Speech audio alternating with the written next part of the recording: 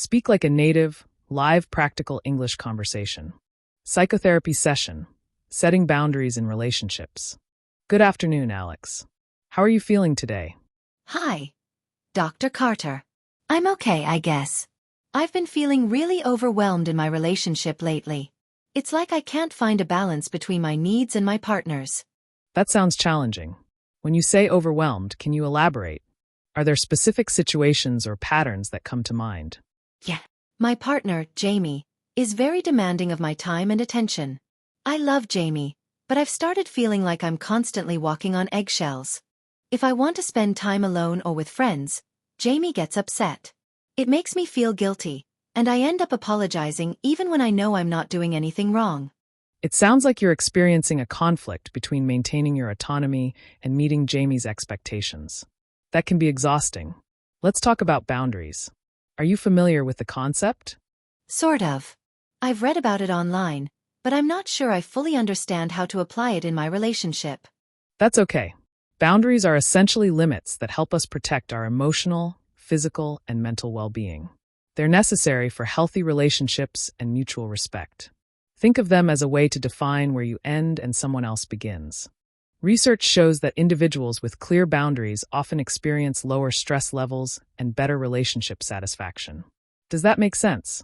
Yeah, I think so. But I'm not sure how to set boundaries without upsetting Jamie or coming across as selfish. That's a common concern. Setting boundaries can feel uncomfortable at first, especially if the relationship hasn't had them before. However, it's important to remember that boundaries aren't about being selfish. They're about being honest and ensuring that both partners feel respected. Would you like to explore some strategies? Definitely. I'm open to ideas. Great. First, let's identify your specific needs. What situations make you feel like your boundaries are being crossed? I think the biggest one is feeling guilty when I want to have alone time or spend time with friends. Jamie often reacts by saying things like, "Why don't you want to be with me?" Or "Am I not enough for you?" It's hard not to feel like I'm doing something wrong. I understand. Jamie's reactions seem to trigger feelings of guilt in you, which is natural. However, it's important to recognize that you're entitled to your time and space. Let's role-play a response.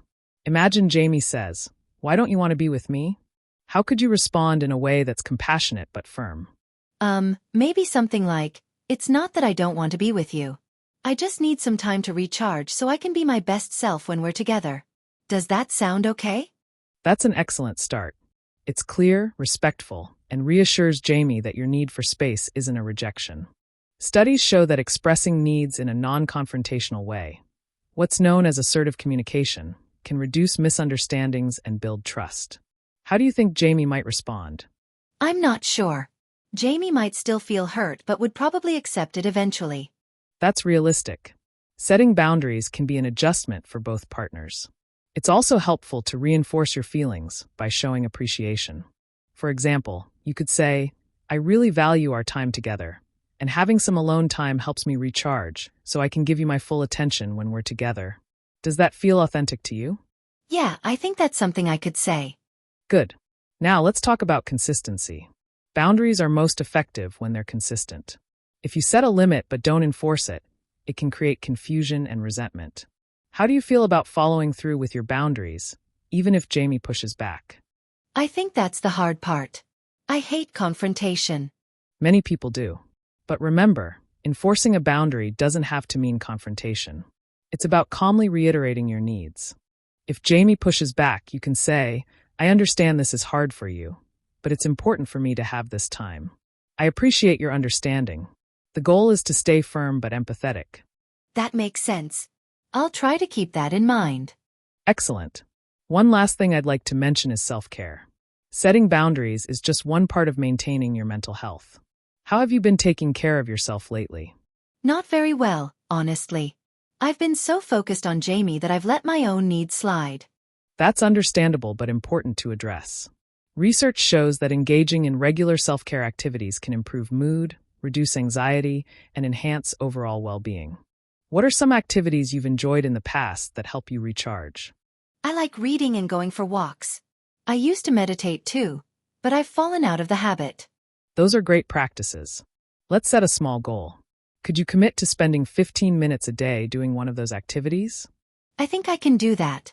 Maybe I'll start with meditation. That's a wonderful choice.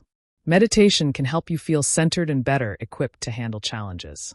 As you practice self-care and reinforce your boundaries, you're likely to feel more balanced. Let's check in on this next week. How does that sound?